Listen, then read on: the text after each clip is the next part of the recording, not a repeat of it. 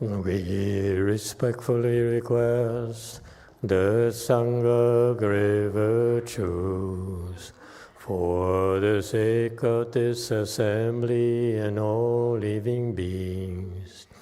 Please turn the wonderful Dharma wheel to teach and guide us how to end birth and death, leave suffering and attain bliss, and quickly realize non-birth.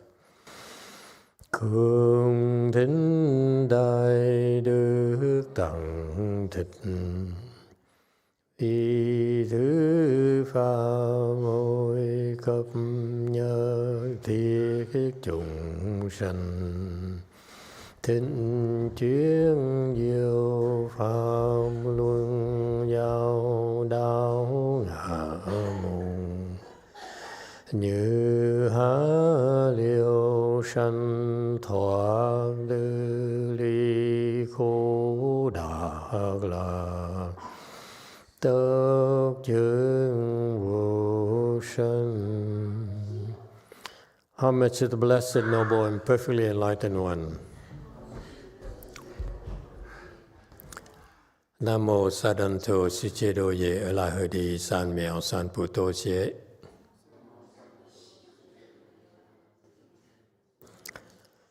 Nam mô Tát Tát Tha Tô Ya Đa Ya La Đế Tam Miệu Tham Bồ Đà Toa.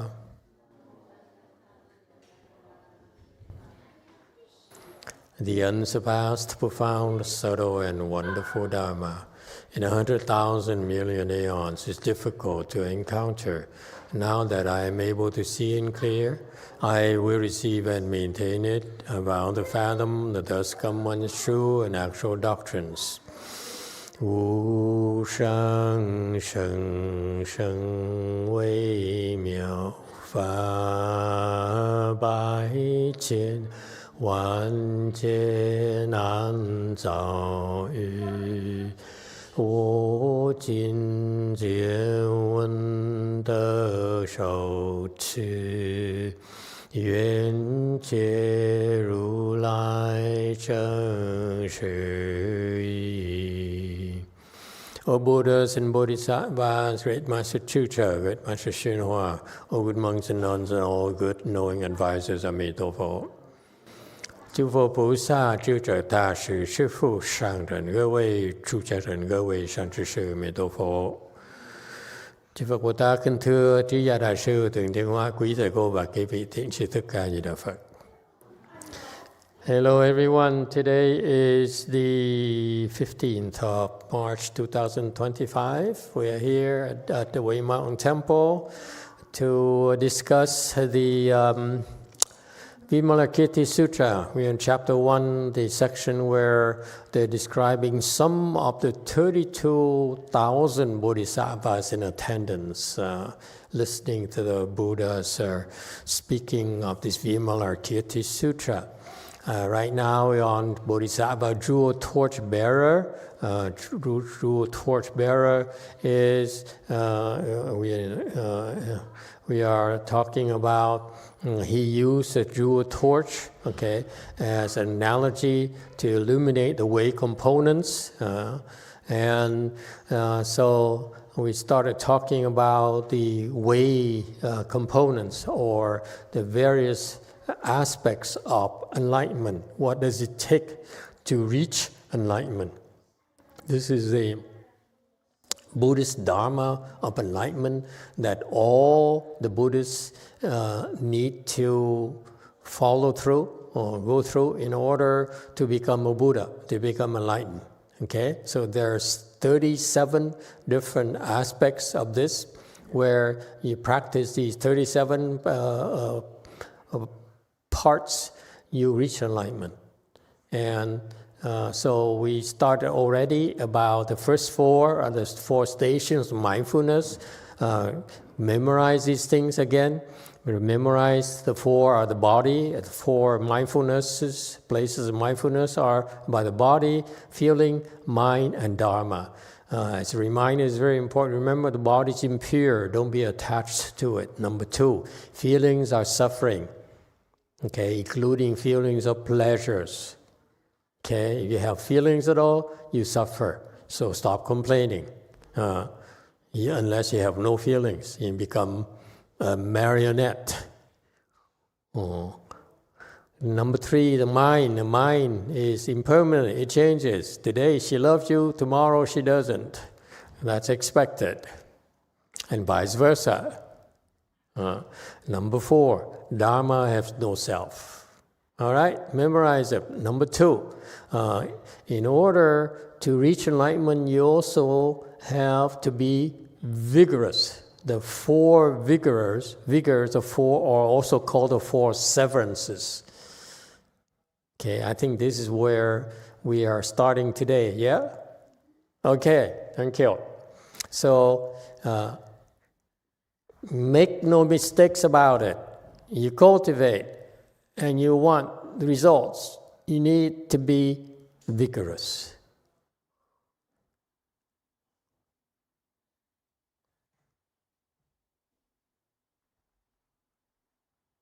You cannot be lazy.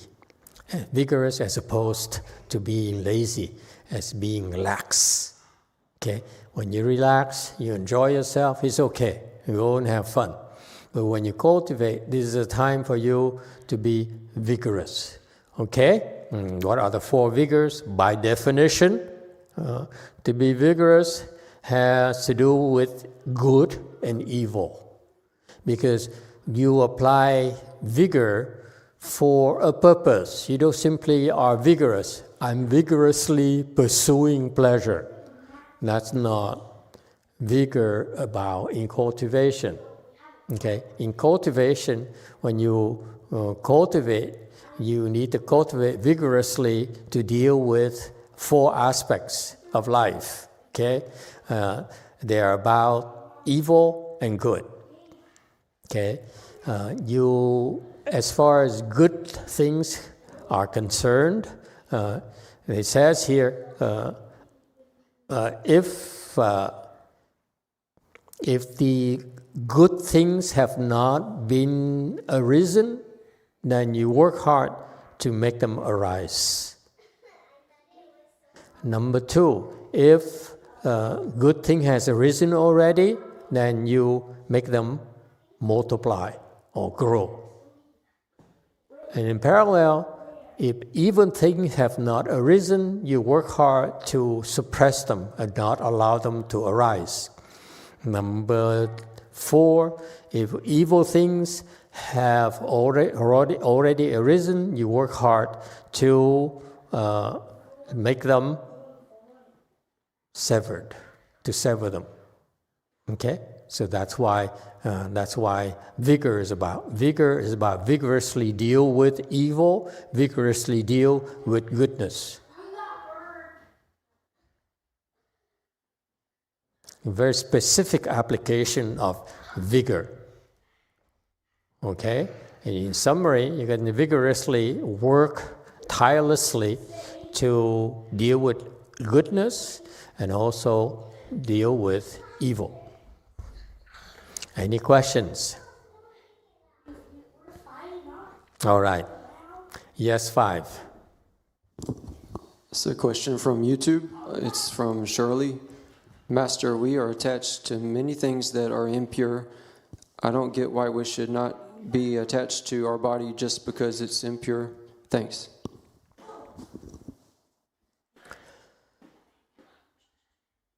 If you are attached to the body, then it gets in the way of developing your wisdom. And this is the Buddha's wisdom. Okay, he says, what really prevents ordinary people from unfolding the wisdom is the excessive attachment to their bodies. Let's be clear about it. Excessive attachment to the body is not conducive to your opening your wisdom. However, neglecting your body is not conducive to your wisdom either. There must be a middle way. All right? Yeah. Did I answer the question? Is it clearer now? If it's still not clear, ask me to clarify. Okay? what it really points out to is funny. It's the first thing that the Buddha teaches, and if it turns you off, it's kind of like an elimination process. If this is, you say, okay, I love my body, and so Buddhism is enough for me, and that's fine. We understand. Okay, so it's kind of very quick elimination of those people who do not understand. Okay. However, just like the person who asked the question, I struggle with this concept. I say, hey, I worship my body. My body is important to me. That's the source of many of my joys and meaning of my life. How can I not be attached to the body? Okay, and it's a typical reaction for most people. Okay, so the way you cultivate is that you need to be aware of the excessive attachment to the body. But the body, attachment to the body is normal in the sense of course, I'm attached to my arm. I'm right-handed. I'm not going to let you cut off my right arm. Forget it. Right? But to go to extreme, for example, me to go and do a nail extension, that's being excessively attached to my body. Does it make sense? So yes, I protect my arm, I clean my arm, massage my arm, and work out to build up my biceps and triceps. That's normal. But for you to go to extremes such as, I don't know, what's extreme to you? Tattooing my girlfriend's name on here? That's too much. Okay? So avoid extremes is the first thing you ought to do. Okay? And eventually as you cultivate, you understand more about not being attached, avoiding attachment to the body. Does it help? Yes, I understand. I came from the same perspective as well. I say, hey, this doesn't make sense to me. The body is the best thing I have, the most important thing I have. The gold cannot buy. Have you seen the price of gold lately? And they're predicting it's going to go to $6,000. I'm buying gold. If I can find the money. Yes, in the back. Master, I also attach to the body. I attach to the tattoo. I like men with tattoo. Is that a way? I'm just the opposite of you. I do not like women with tattoos. I feel it's like too much ink. Ink belongs on paper. I feel like it's like an art. Yeah, but art to me belongs on the wall of the Louvre. Can you imagine if your boyfriend gets fat? So the face is small, now balloons. It's up to you. Each person has different things. The thing is that the interesting thing here to me is that the first thing that comes to mind is attachment to the body.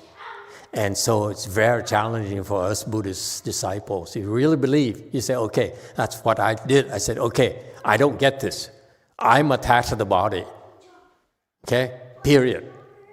And if, in order for me to get to first stage arhatship, I need to detach from my body, okay, I don't know. I don't know how, okay? But this is part of the magic of Buddhism, okay? You don't get it, okay? You don't get it, but if you believe in the Buddha, your intellect does not grasp it, cannot grasp it. But if you believe in the Buddha, you believe in the teacher, okay? You follow instructions, and when you get the first stage arhatship, you look back and say, that's what it means. It's a test. That's all. Okay? So for example, the person who asked, she's beyond first stage arhat already, meaning that she's able to overcome the first attachment already. And now she's giving me a hard time about it. Isn't it funny how life is? These ungrateful people.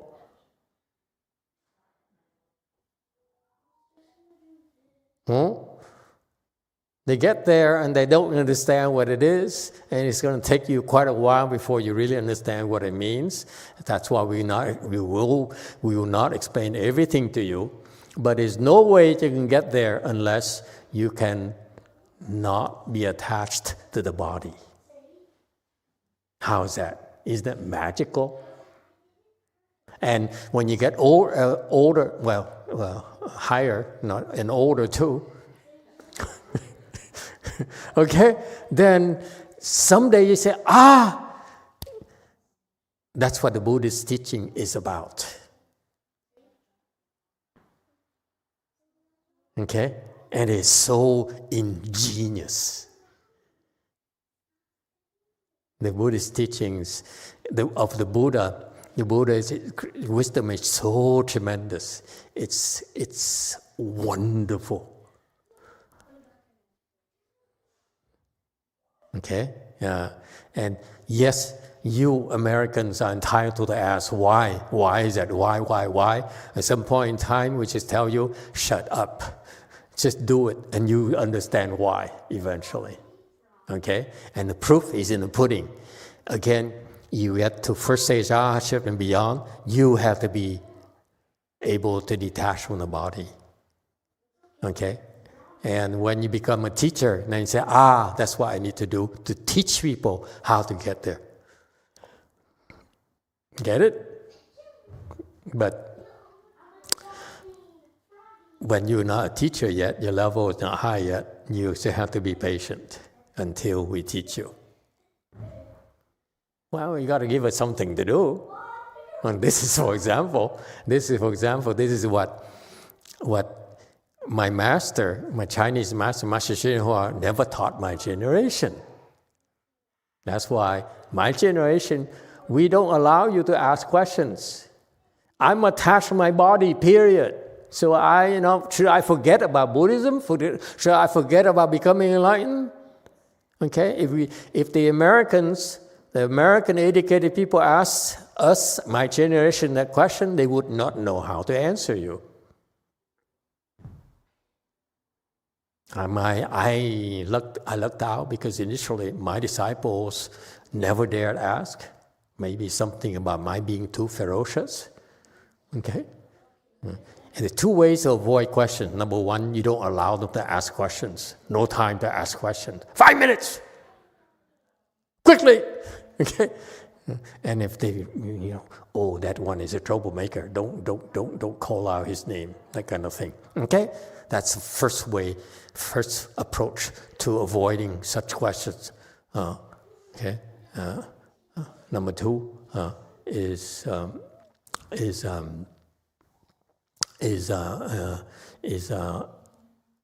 not allow them to talk at all, to ask questions at all. Okay? So when you do that, then you never open your wisdom. You run scared as a teacher. Yes, next. Two people from YouTube. Shirley says, Master, I'm very grateful to your teachings. I will contemplate it. And from Zihong. No, you have to be honest. Okay? I tell you, just because you get there doesn't mean you know how to explain. Because the way we teach you is that I'm going to bring you through it quickly, and rush through it, okay? Like channeling the horses through the corral, okay? And then when the time comes, and then we teach you. Right now, there's no point in getting there because understanding that is not something you can right now. And if we teach you too much right now, you'll be distracted and you think you know it all. Okay, I want you to be humble. Okay, even where you are right now, you're preparing, you're being trained to be a teacher, you still need to be humble. There's lots of things I haven't taught you yet because it's not time yet. Okay, knowing, you only need to know enough to break through, but not too much to get encumbered by unnecessary baggage that are not helpful in your journey. You don't need to explain yet. I need to explain, okay, but you don't. All right, number 5, go. Sorry if I mispronounced the name, Zihong. Yeah. Master, what are the things we do when we are attached to minds? Please elaborate on this.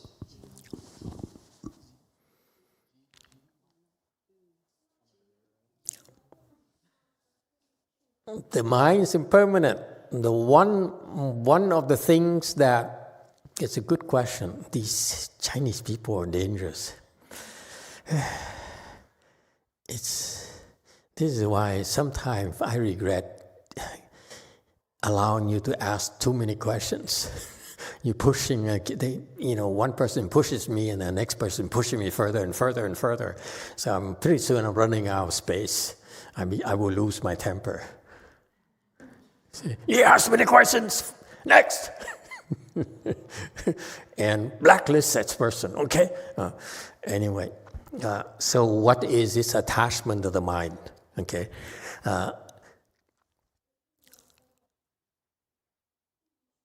The two things that is kind of interesting to me about this, the mind is impermanent. Okay. Number one is that for many of us, it's people liking and disliking us. You work so hard to please your husband. And he has a girlfriend. No? He tells you he loves you to death, and then you find out he has a girlfriend. So, yes, he loves you, but then he doesn't. That's an example. The mind is impermanent. Okay? Doesn't strike home to you? Are you shocked that we talked about this? This is kind of something that most people say, oh, let's not go there, let's not go there, because you can't win going there. But that's the naked truth. We change our minds all the time. When are you going to wake up to that? No, love is not forever, because we change our minds.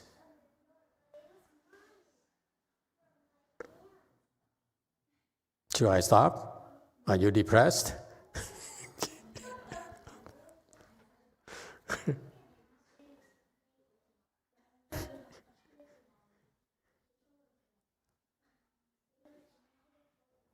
How could you like a Catholic guy? I mean, never mind. Okay. Now is the time to change your mind.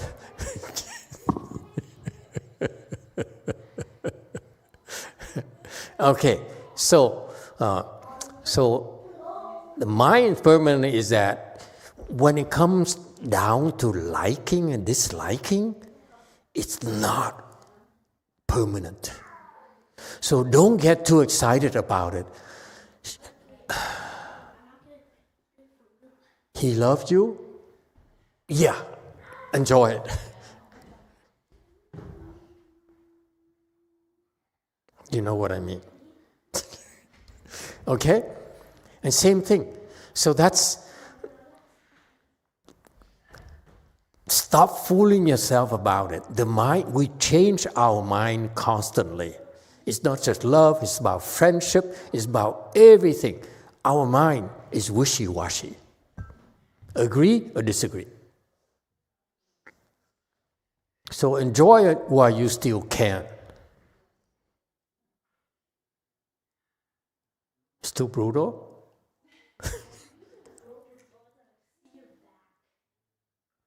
Okay, we'll talk about more pleasant things from now on. Okay, enough for today. There's only so much you can take. Okay, that's number one about mind. Okay, number two thing is about your knowledge. Okay, the knowledge you have there in particular is very, very limited.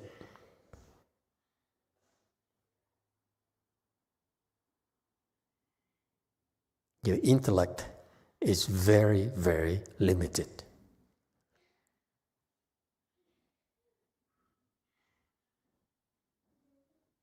You should not depend too much on your knowledge.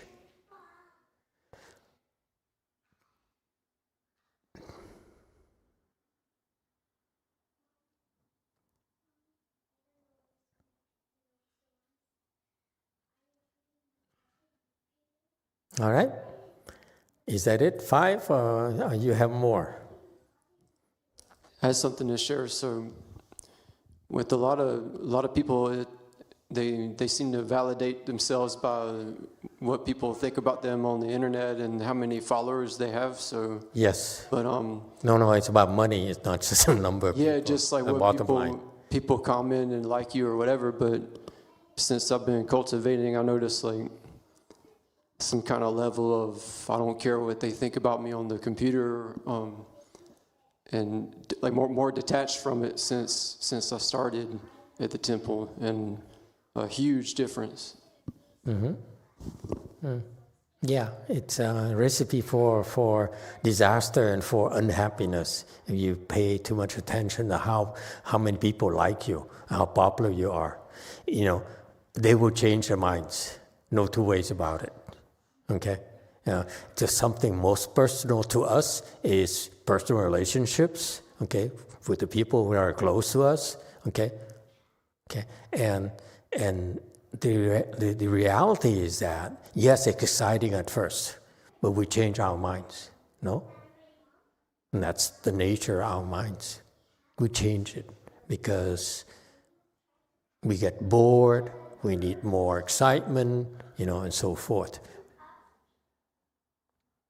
All right? But that's normal for us. That's the way it is. Yes, DTT.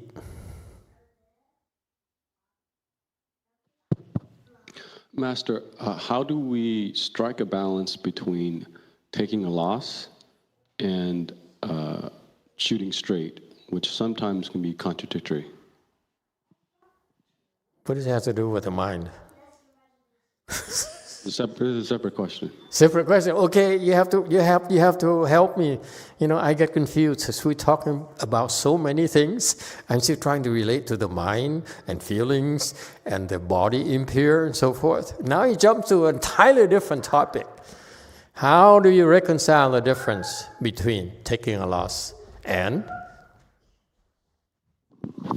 shooting straight? And shooting straight. Okay? There's nothing to reconcile. When you shoot straight, expect to take a loss. No one likes it. What else do you want? Okay? You shoot straight. Okay? Most of the time, people don't like it. The people who say, I like it, are lying to you. Okay? And so you have to be prepared to pay the price. Because when you shoot straight, when you straightforward, you offend people most of the time.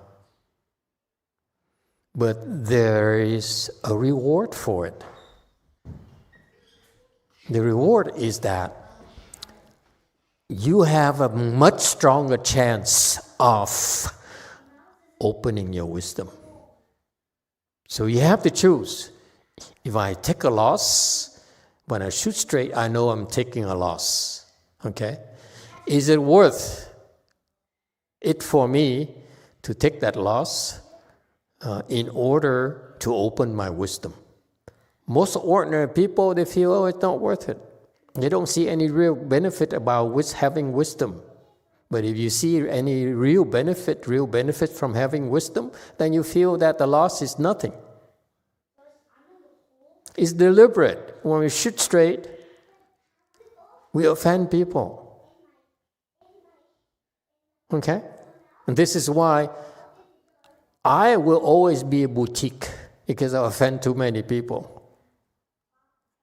It's not like the typical Dharma master who sits there and talk in a magnanimous way and smile and be gentle, reassuring to you, okay? Makes you feel good about yourself, about your ego, about your attachment to your body, about your love, about your success, okay? There's a price to pay. When I do that, yes, I become more popular, but my wisdom doesn't increase. So each of us have to make a choice. I choose to be true to myself. I say, okay, if I offend people, I'm sorry. I will apologize later. There's a price to pay, yes. But for the sake of increasing my wisdom, maybe someday I decide it's worth it. Right now, I don't think it's worth it yet. It's kind of tough to be poor. It sucks.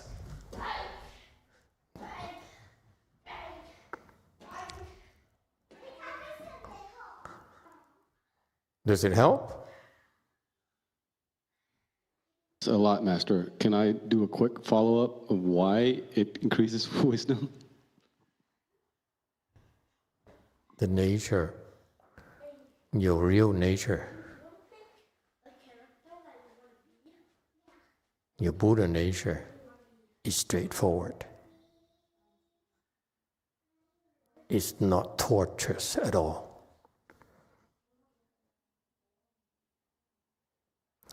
When you're not straight, it's because you have this fear of being disliked. It's fear of offending people. Your real Buddha nature is fearless. He has no fear at all. So that's the Buddha's teaching. I have a lot of fears, but at least I'm trying to reduce as many fears as possible. Okay? One of which is that the fear that you won't like me. It's too late for that. It's my attitude. Okay? Too late. I can't help it. If you feel that it's not worth it for you, you don't want to be too straight, okay? Then you, at the same time, while you are increasing in popularity and having more people around you, but it also, your wisdom is not going to increase. That's all. And my life is different from yours because my life is geared towards increasing my wisdom, not my popularity at all. It's a conscious choice. There are plenty of monks out there who are doing all the right things to become more popular, and in their view, it's very helpful for Buddhism. I agree.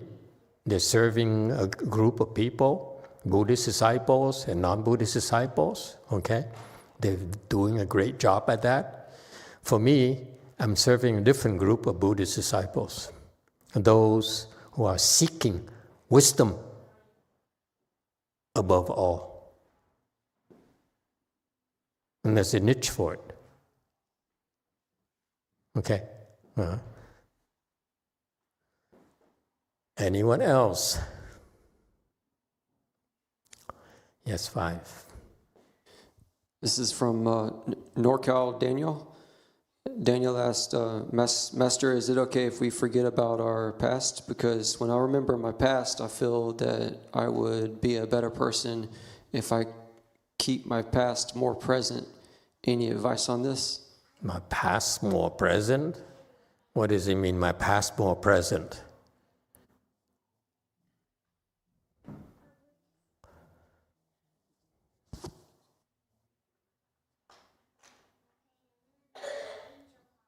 Let's get back to that. Go Force has a question.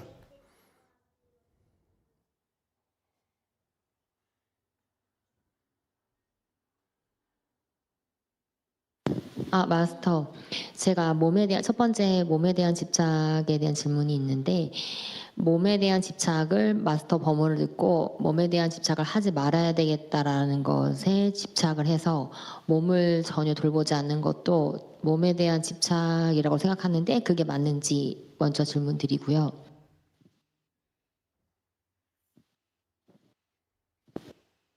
상우 쓰면 안 될. I have a question about the attachment to our body. So I listen to your Dharma, not being attached to the body. So I try to detach to my body.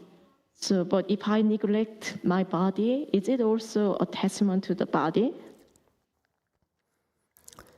Okay, you have to avoid neglecting your body. Neglecting your body is not good. It's an attachment, an attachment to neglecting your body. There's a difference between your body is impure. Just because the body is impure doesn't mean you should neglect it. Okay, it's just like you have a diamond that's dirty. Do you discard your diamond? No, you clean it. Does it make sense? 네. This is the attitude in Buddhism. We know the body is impure, okay? But it's very important to us. It's a treasure to us. Therefore, clean it. Don't discard it. Don't abuse it. Don't do things to make it dirtier. How's that? 네, 두 번째 질문은 제가 이제 두 번째 질문은 우리가 이제 좋고 싫다라는 마음의 집착이 있는데 예를 들면 그냥 그냥 예를 들어 그냥 중립적인 상태에서 싫은 사람이 갑자기 나타났다. 그러면 그게 싫은 사람과의 안 좋았던 히스토리 때문에 싫다는 마음이 일어난 건지 아니면 그 사람은 싫다라고 결정한 내 감정 때문에 그 사람이 기분이 그러니까 번뇌가 일어나는 건지가 제가 좀 궁금했거든요. 상우 선생님 다시 할까요? 아니면 제 질문 이해가 가시나요? Second question, we have attachment to what I like and what I dislike. So when I meet people who I don't like, I have a dislike feeling. Is it because I choose to dislike about this person, or is it because there is some bad experience about the people? Well, I don't know how to, I don't understand you at all. I don't know how you could like someone or dislike someone because we are wired differently. The people you dislike are the ones I like, and one you like are the one I dislike. So therefore, I can't really help you. See how you chicken out on answering questions?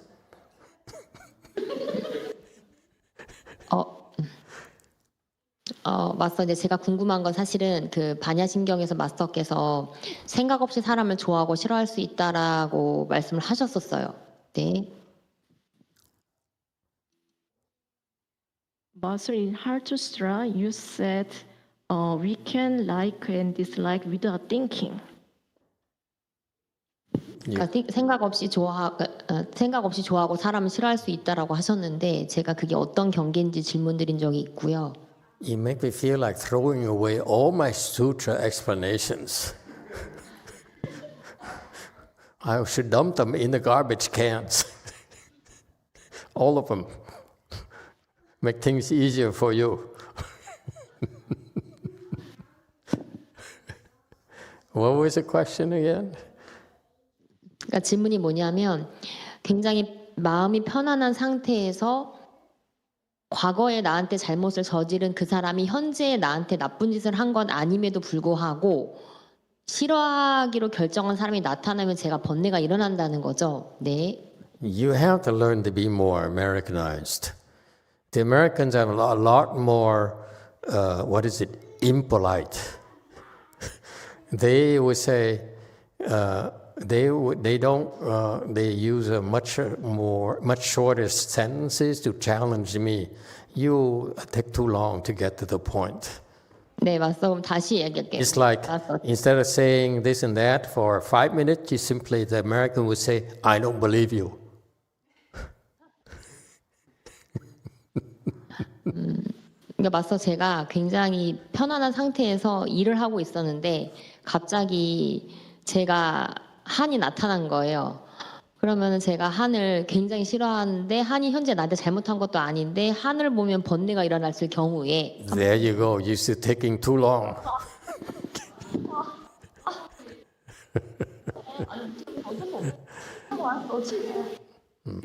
Master, my mind is very peaceful, but for example, Han appeared, and then let's say I don't like Han.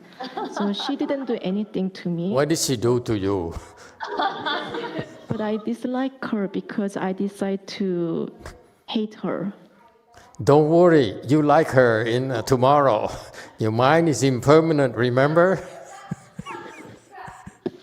그러니까 맞서 제 질문이 뭐냐면 지금 현재 나쁜 일을 한 것도 아니고 제가 편안한 상태에서 좋은 사람 싫어하는 사람이 나타났을 경우에 제가 번뇌가 일어나잖아요. 그게 감정 때문인지 마음에 대한 집착 때문인지 아니면 그 안 좋은 기억 생각 때문인지를 질문이거든요. You're so ungrateful. So right now, my mind is don't have any affliction, but when I met somebody who I don't like, the affliction arises. Yeah. Is it because of the feeling of the person, Yes. or is it because of the thinking of the Yes. past experience? Yes. One piece of advice. Be nicer to your husband.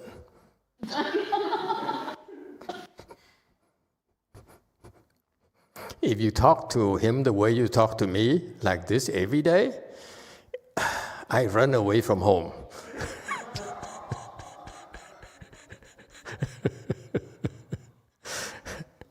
I'm kidding.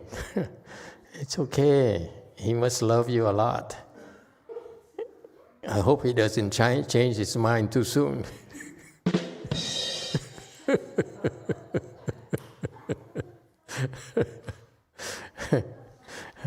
How about this? Okay, you're trying to understand too much. How about just this? Go home and find ways, come up with ways to love your husband more. How's that? If you do that, then all this thing about body impure, mind impermanent will become clearer. Okay, you're chasing after knowledge, that is just like intellectual discussions. I want you to live your life and feel like you're doing something important that is making a difference for someone you care for or who cares for you. Okay? Don't worry so much about knowledge. I think you're pursuing your own tail. It's useless. That knowledge there, the more I teach you, the more you understand, the more I feel like you become attached to knowledge. Instead of you using your knowledge, the thing I teach you is meant for you to use it to make your life more pleasant, make life more pleasant for people around you. Okay? That's more important to me than whatever you think about wonderful existence or true emptiness. That's meaningless to me. Okay? You cannot get there unless you use whatever you hear, you learn, to make yourself a better wife, a better friend, a better worker. That's the most important thing to me. Okay? And if you learn all this time you spend at our temples in Korea, help you become more loyal, more devoted to your husband, to your family, then your time is well worth it. But if you keep on increasing for the sole purpose of increasing your knowledge and so that you understand what I'm talking about, to me it's not very useful. You you going about it the wrong way. Okay? Whatever you know, whatever you learn, should make you a more likable person, more considerate person in particular. Korea people, you agree? Okay? You choose to know, you choose to accrue knowledge instead of improving yourself. You're only increasing your knowledge, you're not improving you as a person. When I speak about improving, I'm talking about becoming more appreciated as a human being, wherever you are, at home, at work, at the temple, without having to compromise your values. I hesitate to say that because that's what your excuses for not changing. I will compromise my values. No, there are certain things that you miss the point in all this Buddhist teachings is that you too focus upon your being right, you're agreeing with it. Okay? And judging others instead of learning to accommodate others. You don't accommodate others, you judge others and you reject them. And that's a mental sickness. You live in society, you need to compromise somewhere, somehow, so that people can live with you. And let them appreciate you for who you really are, instead of judging them constantly.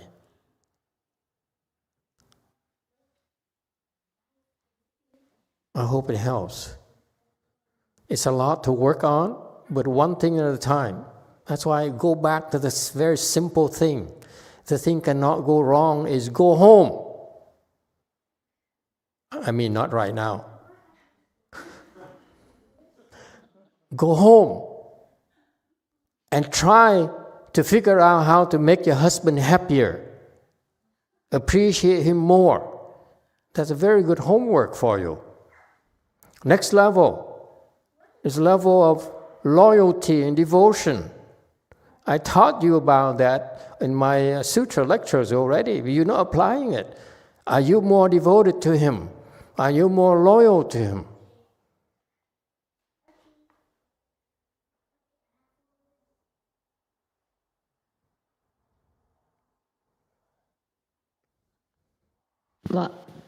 마스터, 제가 남편한테 거의 매일 연락을 하고 남편의 안부를 묻고 남편의 건강을 걱정하고 있고요. Master, I talk to my husband every day. I call him and I ask how he's doing well, and then I concern about his health.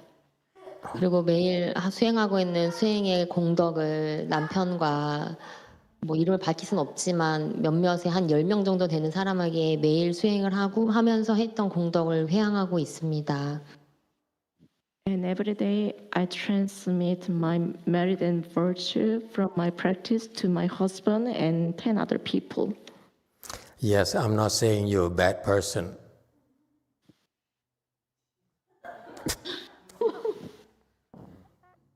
This is hard for me. You want to know that. Excuse me. Okay, I'm not saying you're a bad person.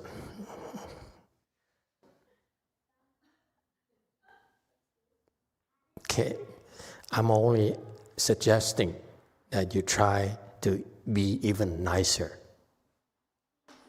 Yield more to him. How's that? Keep it very simple. Okay?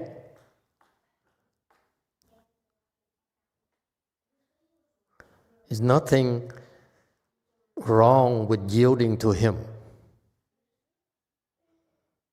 And if you are a man, I will tell you nothing wrong with you yielding to your wife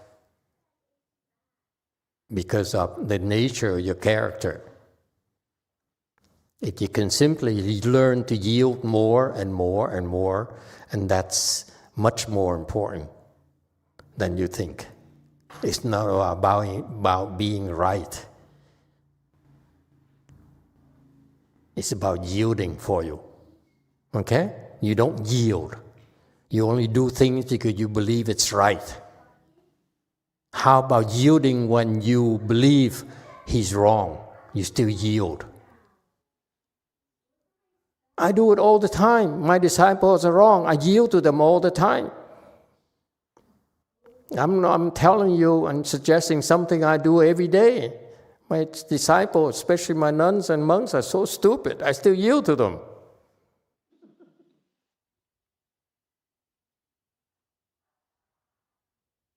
Okay? Okay, enough. It's okay. 마스터 하나만 더 있어요. One more. She doesn't listen, does she? 마스터 제가 네 마스터 양보해 주세요. Please yield me. What? Please what? Please yield to me. Yield to you? Yeah. Okay.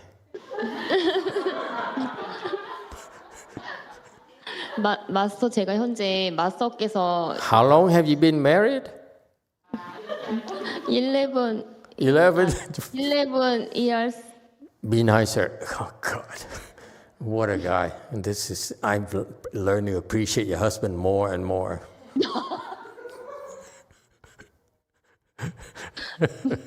Enough. Think about it, okay? Don't make excuses. Yes, 5.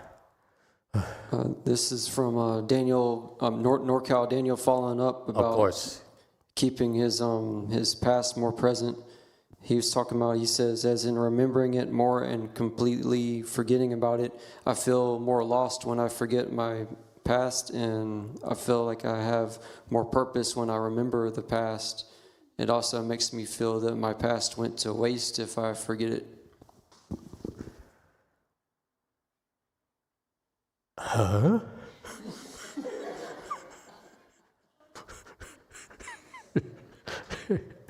Okay, from now on we limit all of you to 1-minute questions. I'm getting lost here. It's out of control. No, I think it's something that you want to talk to us in person. Because it's not that hard. You have to learn to express yourself more clearly, especially for a person in your position. Okay, this is America. This is not your original country. Okay, you have to get to the point a lot quicker and express yourself more clearly.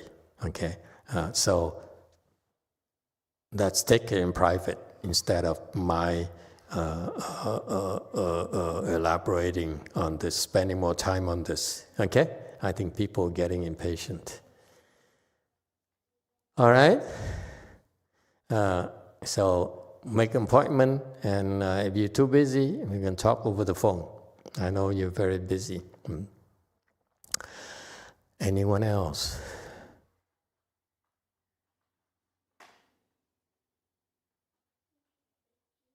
Yes, 7. This is the day. Ask away.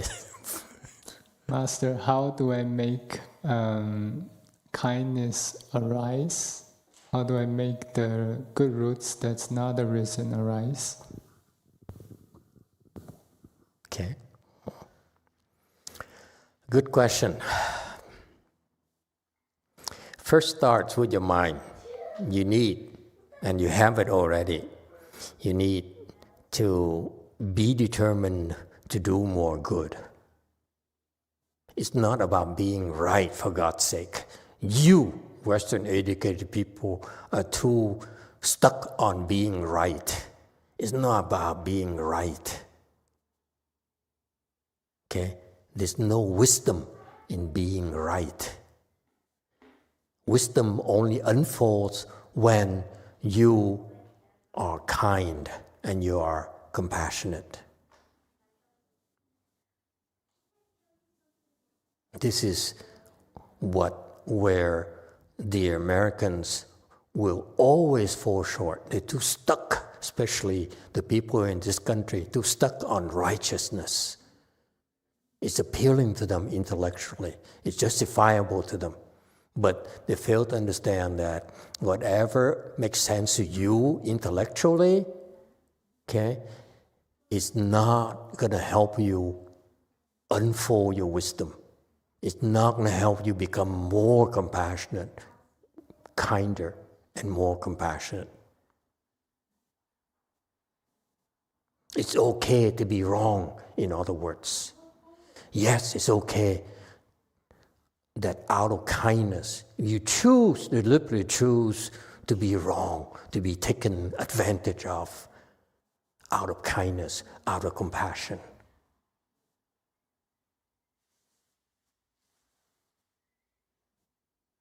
And that's your Buddha nature. Just think about it. I'm not talking about you, I'm talking about the Buddha.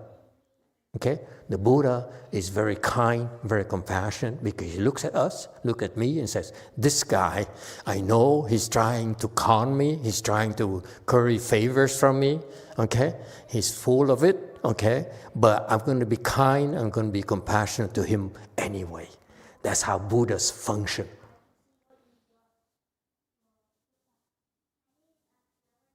That's what you're capable of if you were simply let go of your sense of righteousness and say, this is wrong. No, you learn to look at people's suffering. Okay? Instead of their being wrong. They're screaming at you. They're blaming you. They're throwing tantrums like Jumi. Okay? Don't look at her, why are you an adult and you behave like a little princess? Okay? No. Oh, I'm just using a name Jumi, it's not you. Okay? Okay? Instead of looking at the wrong, you're looking at why are they doing this? What is the nature of the suffering? That's why they're trying to make me suffer. They're suffering so much, they're trying to make me suffer. They're trying to punish me. What is that that's eating them up, that's making them decide to punish me? That's what Buddhists do. The Catholics, they stop and they pride themselves on being right. This is wrong. This is right. No. We want to do is we want to be kind because we know that people are suffering so much, so we want to bring a little bit more joy to their lives. A little bit of joy, that's all we can do, okay? But it helps. And then what we can do to relieve the suffering, because they're all suffering so much, especially here in a Saha world. You go to Pureland, you cannot see that. You go to Pureland, no one is suffering. Not the same way you can see it here. Here, people are suffering, you can see it right away. Huh? Look. Zoom into Jumi, for example. Just zoom into Jumi. Can you zoom into Jumi's face? Look at her face.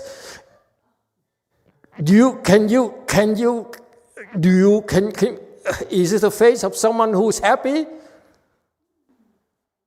Never mind about Jumi. How about my face? Zoom in. Is it a happy person? No. I'm very unhappy.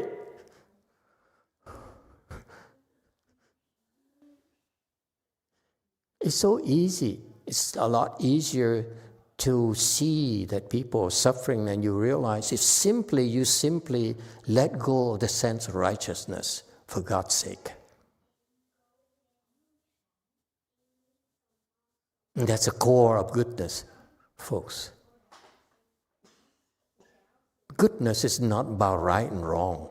It's about compassion. It's It's about kindness.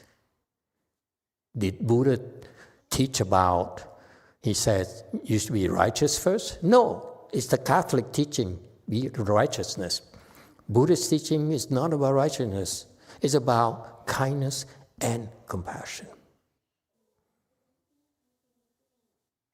Yes, she's taking advantage of me, but it's okay. I can give. Because I'm strong.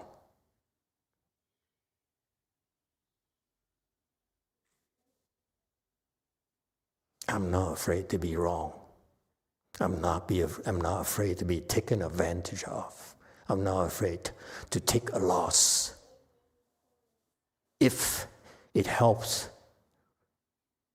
provide a little bit of relief to the suffering. Someone has to pay the price.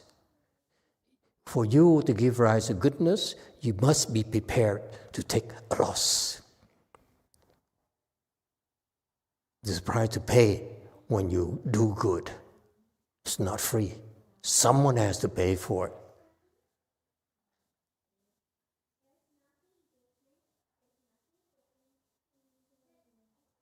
Does it help? And finally, giving rise to good is not, we're not talking about, you go and save the world. I'm talking about just little goods. The smallest good you can do. Make a child smile. Huh?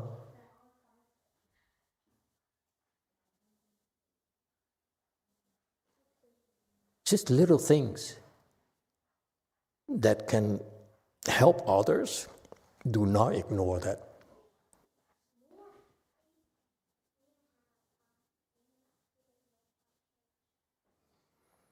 All right, anyone else?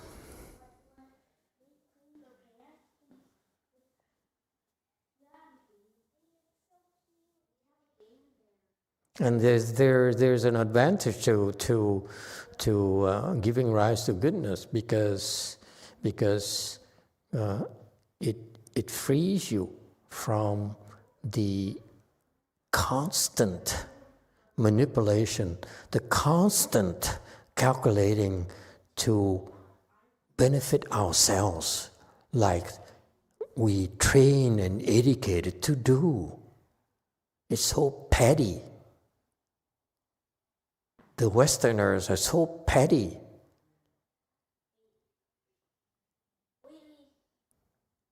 They want an edge. They want some benefits.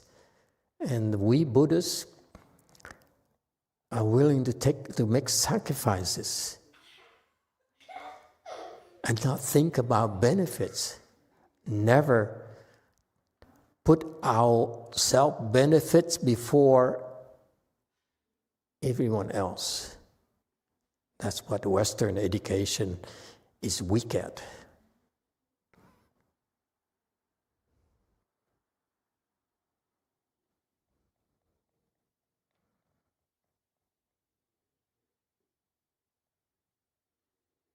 And what the result is because you have a society of very unhappy people.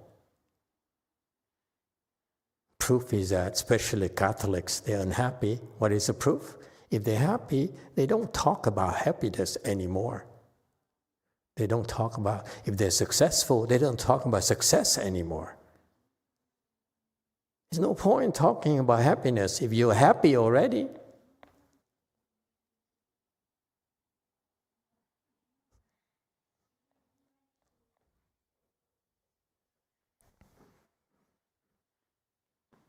All right. Number 3, third group, is the 4 spiritual completenesses. Okay? That number 1 is, and this is, by the way, this is how you develop spiritual penetrations, if you're interested. Okay? 1 is desire. Okay. Sorry, it's not as you wish, but actually it's desire. Okay, corrected. As you wish should be desire. My mistake. Next is vigor. Number 3 is mindfulness. Number 4 is contemplation. Okay. There's some people who says, I need to go and learn from others how to develop spiritual penetration, all those things. Okay. Whatever they're learning is inferior dharma to this. You want spiritual penetration, 4 things. Desire, vigor, mindfulness, contemplation. But you know what? Now I explain it to you. Don't worry about it. Okay? I want you to know we know, but we don't bother. It takes time. You develop, you after it, this is how you do it. Got it? But now you know, don't do it. It's not worth it. It's premature. Okay? You're going to get stuck if you have all these abilities.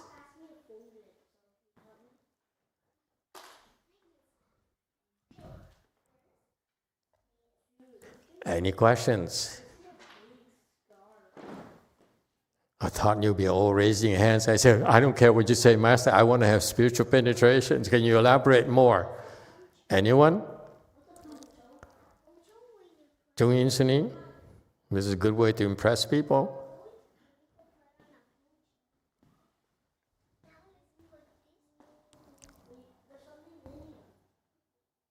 Now he wants to know.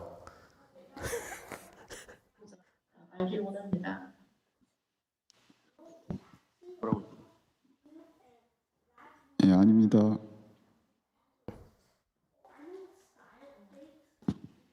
No. No? Are you sure? Instead of going and get someone to certify you, whatever, all you have to do is, work on these 4 spiritual penetrations, 4 ruizu, these 4 spiritual completenesses, and you become so famous. And you don't need anyone to certify you. You certify them. Okay, next. 5 roots. The roots here in concept is, in Buddhism, is the ability to grow. Grow what? Grow goodness. We're interested in growing goodness in our heart. You see, this is why I'm so disappointed after all these years. Buddha never taught me how to grow more money. Just goodness. Totally useless. Okay? So that's why in order to grow goodness, you need to have these types of roots. Okay?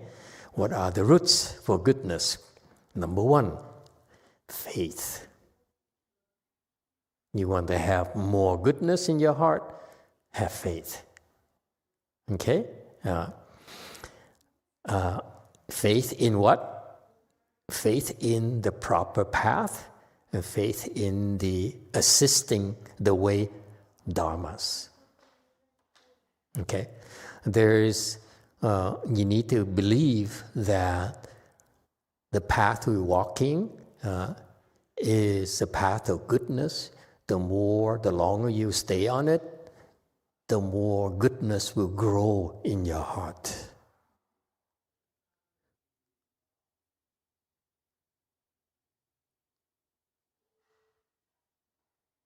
There's a proper dharma, there's a proper way of practice that will grow your good roots. And that's what Mahayana is about.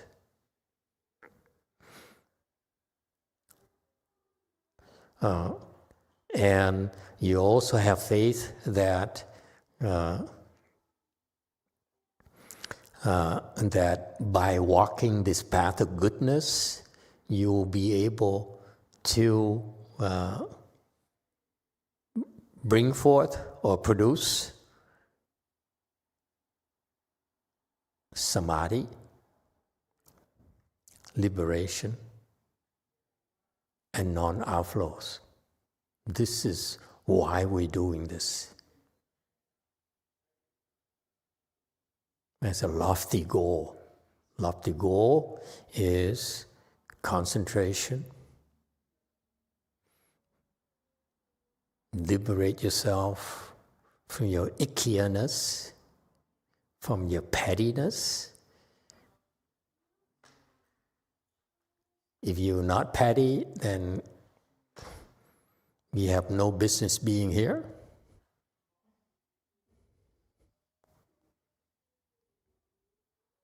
Okay? And liberation. Liberation from what?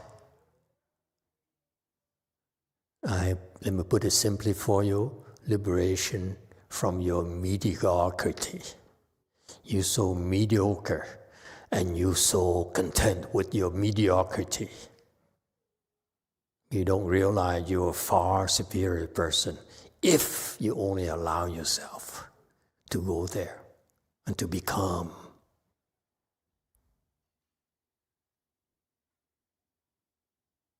Your teachers are so mediocre that they encourage you to be mediocre like them. Liberate yourself from mediocrity. You are far better than this. Yes, 8. So, Master, when I have an intrusive thought, I know that it's like something stupid, like something that I'm fixated on, is the best way to drop it? Just kind of like internally saying, medicine master or Guanyin Bodhisattva, is that the best way to drop it in the moment? Like, for example, if I'm surrounded by people and I cannot get fixated with maybe judging someone or like some aspect of their face, like it might be a mole or something, very silly, very, and I recognize this stupidity of it. How now I'm aware of it, and I'm trying, in my head I'm saying, okay, kindness, but sometimes it kind of lingers on. Is the best way to drop it? Would it be to just say Medicine Master Buddha or something like that, so then it kind of goes away? Could you imagine she's like that? Anyone? Look at her. You realize that when she looks at you, she's kind of judging you, say, oh, yeah, I don't like your mole. Wow, you are amazing. Not really, which is why I'm asking for help. I'm glad you spoke up. I thought you were kind of like adorned. But no, actually you're judging the rest of us like crazy. Oh, yeah.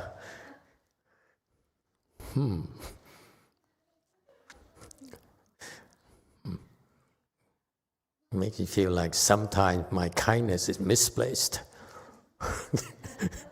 Just kidding. Okay, you got it, okay? The thought of judging people and disliking people is just a thought, that's all. And you're doing the right thing, okay? You have so many tools you've learned so far. Number one, ignore it, okay? It's just like a dog barking. A dog barks, ignore it. The thought arises like a dog barking, ignore it. Okay? It doesn't happen all the time. It's just like, for example, like I've had like 2 or 3 days where it's just kind of like this little, kind of like little tiny things, and it's ugly. So. Yeah. Don't have to make excuses. It's okay. Okay? Yeah, normally we like that. Normally we don't have these ugly thoughts. But when they do, they come like crazy, right? Like in particular, in your case, like one person or some type of people would tend to aggravate it, yes? They somehow make these thoughts arise more often than not. And some days, and so forth, the food you eat, whatever the reasons, the first thing you do is you pre-program yourself. Those thoughts are unwelcome, ignore them. That's the first thing you do, okay? Pre-program. Thoughts, for example, I don't like you, okay? I don't like your mole so ugly, you should get plastic surgery, okay? Why are you so bald? Wait, let me take it back. What's so funny?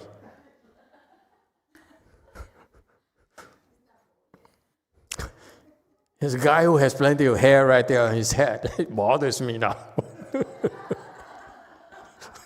Sorry, it just came out, you know. I just don't think, it just came out. Anyway, those thoughts come out. First thing is that we will not judge people, okay? That's against the pre-program. Don't judge people, okay? That's one thing.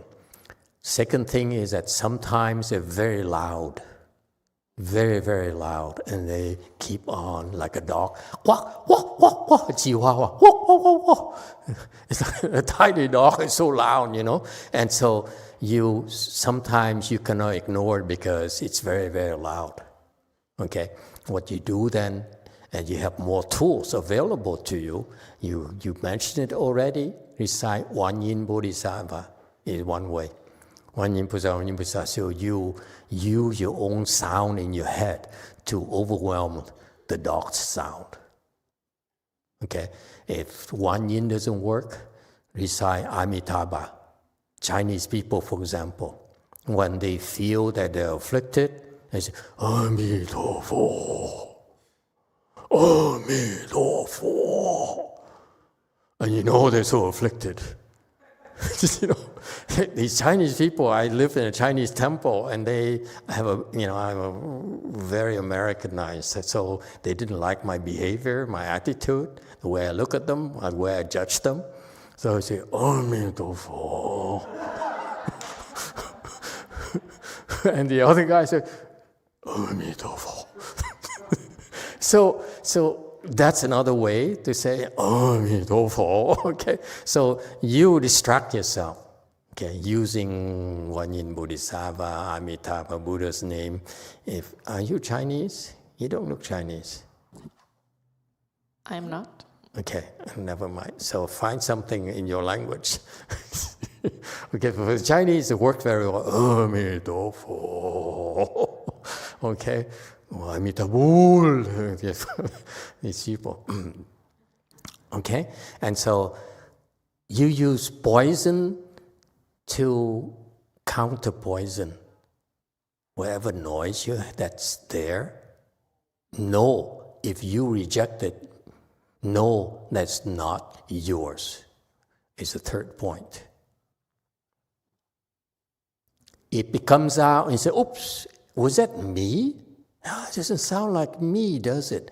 Then, okay, it makes it easier for you to recognize those types of thoughts. Okay? He said, that's not me. You see it for it really, what it really is. It's not you. It's your manic ghost. That's point number 3. Okay? It judges people. I don't like you. So that's why in our temple in Korea, we keep certain people around because others would judge her as my subtle reminder to them that you're so manic yourself. It's not her fault. Okay?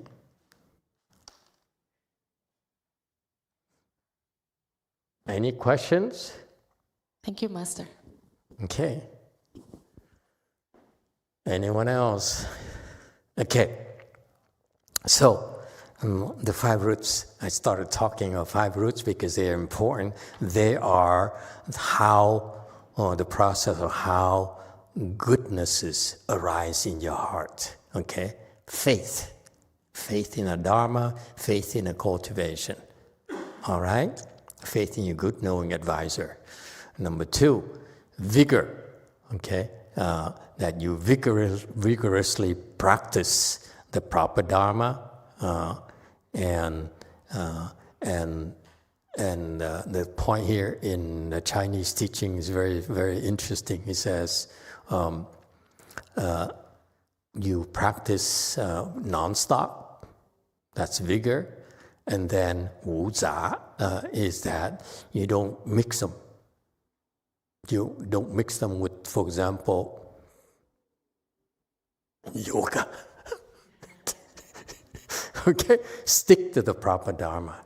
It's okay initially you are not sure and so forth. It's okay. You practice those things. Eventually you see that's a huge gap. Okay?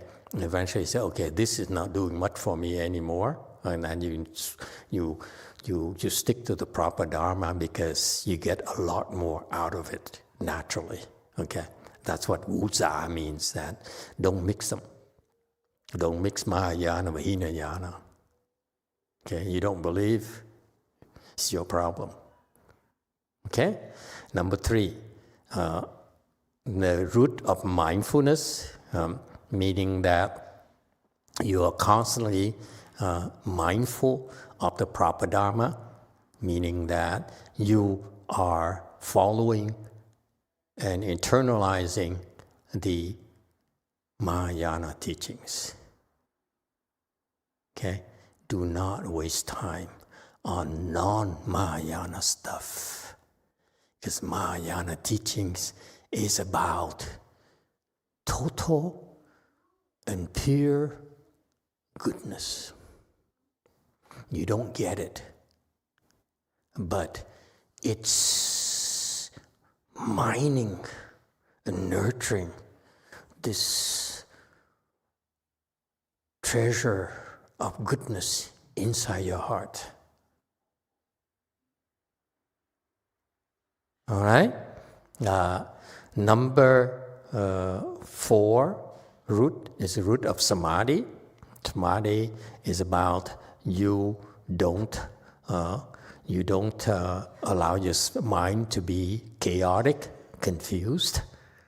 When your mind is not chaotic, then it's less likely to do evil. If you're in samadhi, a state of samadhi, you give rise to goodness. Interesting? This is why I said early in the morning, when you enter samadhi, you create a lot of blessings, because in that samadhi state, you give rise to goodness. So, goodness in your heart, in your mind, creates tremendous blessings for you. Okay? And you don't need anyone to certify you. You don't need anyone to recognize you. It's about your own wealth. Okay? That you can draw upon down the road. That goodness. All right? Number 5, wisdom. And wisdom here is about, you look at things and you contemplate them, and that's how your wisdom arises. You're being trained in Mahayana to use your contemplative capabilities to draw upon your wisdom, to do good. Your wisdom is the kind of clarity of mind that enables you to do good. It takes wisdom to be able to do good, not knowledge. not intellect. It's wisdom.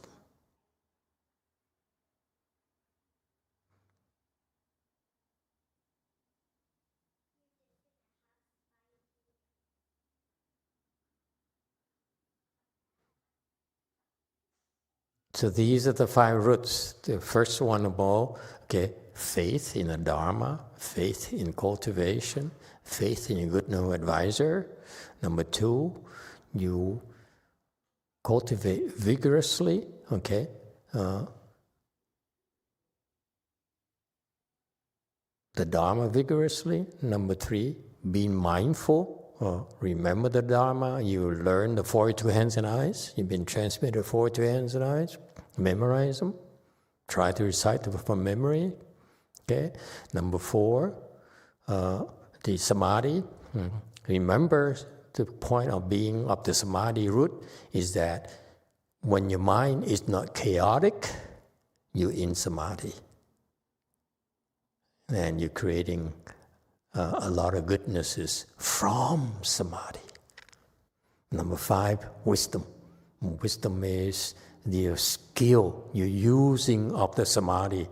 Okay, that once you have Samadhi and you enter Samadhi, this is when your wisdom light shines.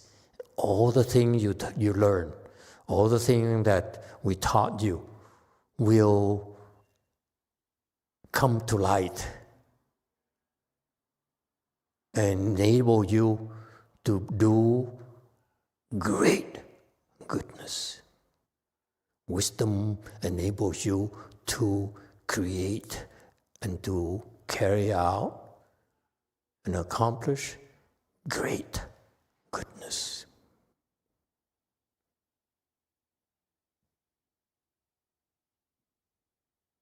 Okay?